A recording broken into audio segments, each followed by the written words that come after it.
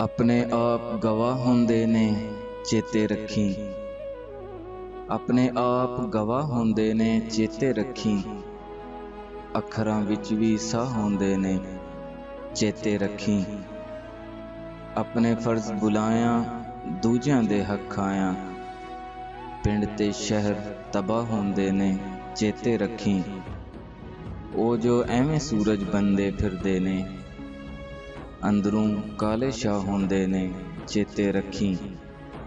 ਜਿੱਥੇ ਕੁੜਕੁੜ ਵਸੇ ਗੜਿਓਂ ਪਾਣੀ ਨਸੇ ਚੁੱਲ੍ਹਿਆਂ ਵਿੱਚ ਫਿਰ ਗਾਹ ਹੁੰਦੇ ਨੇ ਚੇਤੇ ਰੱਖੀ। ਚੰਨ ਜੀ ਚੰਨਾਂ ਦੇ ਦੁੱਖ ਚੰਨ ਸਮਝਣ ਜਾਂ ਤਾਰੇ। ਚੰਨ ਜੀ ਚੰਨਾਂ ਦੇ ਦੁੱਖ ਚੰਨ ਸਮਝਣ ਜਾਂ ਤਾਰੇ। ਬੱਦਲ ਬੇਪਰਵਾਹ ਹੁੰਦੇ ਨੇ ਚੇਤੇ ਰੱਖੀ। ਇੱਕ ਦਿਨ ਉਸੇ ਅੱਗ ਵਿੱਚ ਅੱਗਾਂ ਲਾਵਣ ਵਾਲੇ।